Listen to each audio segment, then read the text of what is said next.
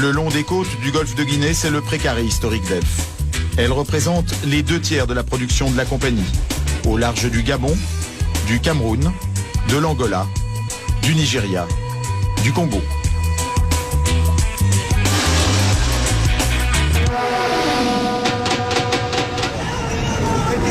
Une des pièces maîtresses d'Elf, c'est le Congo, capitale Brazzaville.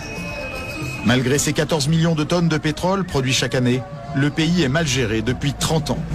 Mais Elf a su y gagner énormément d'argent grâce à toutes sortes d'opérations.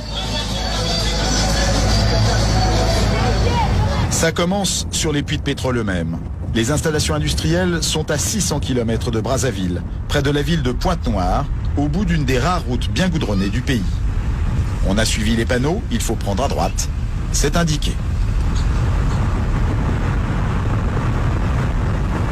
Voilà le terminal pétrolier de Djeno. C'est ici que transite le pétrole, extrait par Elf, pour son compte et celui du pays. Les puits sont en mer. Au bout d'un chemin, il n'y a rien à voir, si ce n'est quelques tuyaux qui s'enfoncent dans l'océan, derrière une grille. Problème, à partir de cette grille, fini le Congo, tout est contrôlé par Elf, dans le plus grand secret.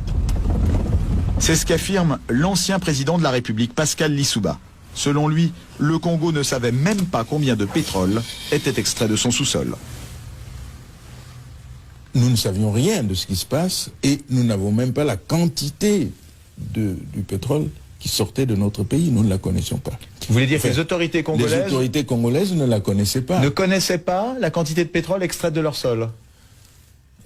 Par quel moyen?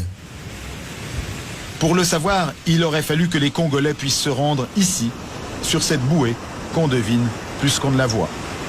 Loin des regards, c'est là que les pétroliers viennent charger le pétrole. Seulement voilà, les navires sont Elf, les employés sont Elf, les chiffres sont donnés par Elf, et les autorités du Congo assurent qu'elles n'ont pas les moyens d'aller vérifier. Gilbert Songuissa a dirigé pendant plusieurs années les services de contrôle pour le ministère des Pétroles. Selon lui, c'était mission impossible, ou presque. Pour aller contrôler, naturellement, il faut faire appel aux moyens des compagnies pétrolières. C'est-à-dire que vous-même, est-ce que vous aviez vos propres bateaux, vos propres hélicoptères pour pouvoir aller sur les plateformes? Non, pas du tout. Vous aviez combien de bateaux? Je vous ai dit pas du tout, donc 0 bateau. Même pas une pirogue.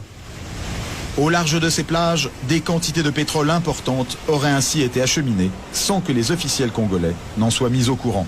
Parfois même, des navires entiers. Et un pétrolier de 100 000 tonnes, cela représente près de 100 millions de francs qui échappent aux caisses du pays. On appelle ça une cargaison fantôme. Interrogé sur la question, Loïc Le Floch-Prigent ne dément pas qu'il y en ait eu. Il y a des cargaisons qui sont produites et qui n'ont jamais été officiellement. Voilà.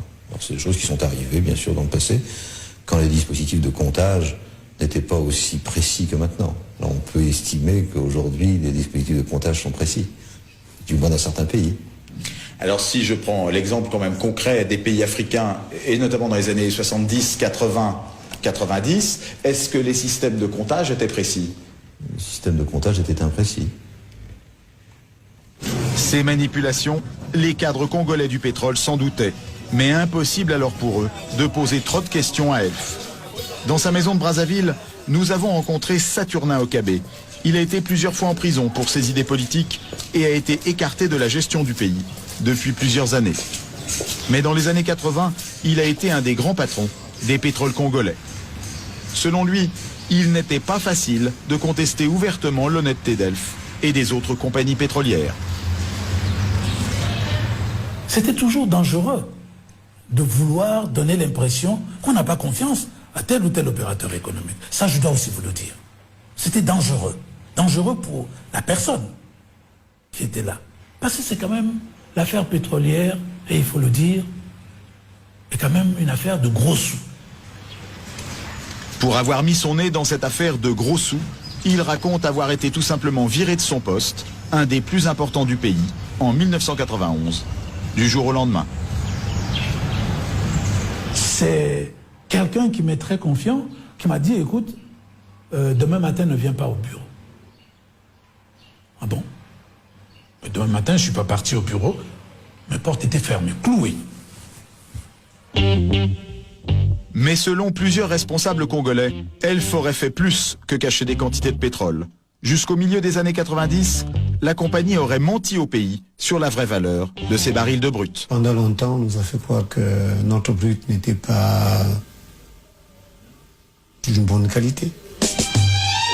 Tous les pétroles produits à travers le monde ne sont pas de la même qualité, donc de la même valeur. Pour le pétrole produit au large du Congo, comme c'est Elf qui le commercialisait sur le marché mondial, ces calculs se faisaient dans les locaux de la compagnie, à Paris. Des calculs très défavorables aux Africains, qui permettaient à Elf d'acheter le pétrole brut moins cher, après ce qu'on appelle une décote. Près des Champs-Élysées, nous avons retrouvé Mugunga Ngila, ministre des Finances congolais en exil. Lorsqu'il est arrivé au pouvoir, en 1993, il a été un des premiers à dénoncer cette décote. Quand nous sommes arrivés, la décote était extrêmement lourde. Elle était Combien? 5 $ à peu près. En tout cas, régulièrement. 5 $ sur quoi? Par baril. Alors, le pétrole congolais valait-il vraiment 3, 4, 5 $ de moins par baril que le prix mondial, comme Elf le payait à l'État congolais de l'époque? Mugunga Ngila est persuadé que non. Quand les Congolais s'en sont sérieusement préoccupés, Elf a été obligé de remonter ce prix, comme d'un coup de baguette magique.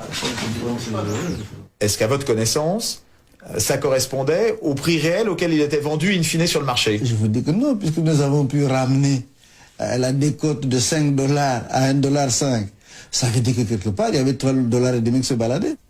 Alors va-t-on nous faire croire que les qualités de ce brut avaient subitement changé? Par quel miracle? Par quel miracle? Nous avons rencontré à Paris Patrick Gantès. Il a été cadre chez Elf pendant 20 ans. Il a été notamment délégué au Congo.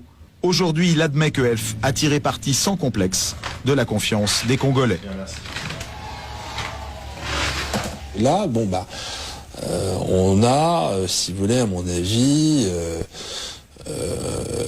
utilisé ou, comment dire, un peu la naïveté, je dirais, des dirigeants des pays hôtes et producteurs. Et ce n'est pas tout. Selon nos interlocuteurs à Brazzaville, la compagnie locale Elf Congo, dont voici les bureaux, ne payait pas ou peu d'impôts.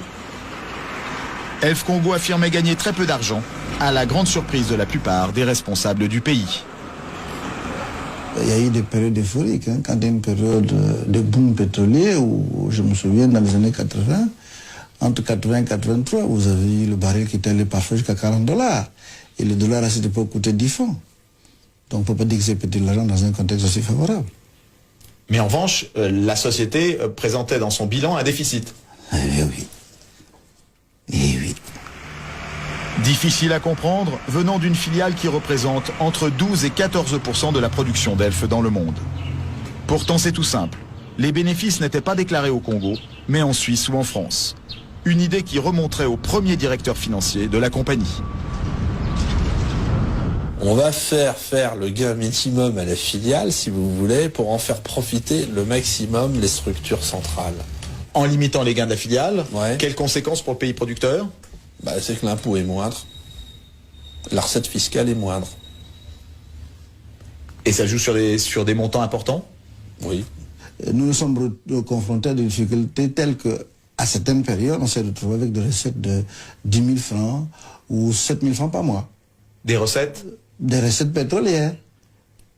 10 000 francs de recettes pétrolières? 10 000 francs français de recettes pétrolières ou 7 000 francs. Au pire, on a eu 7 000 francs français de recettes pétrolières mensuelles.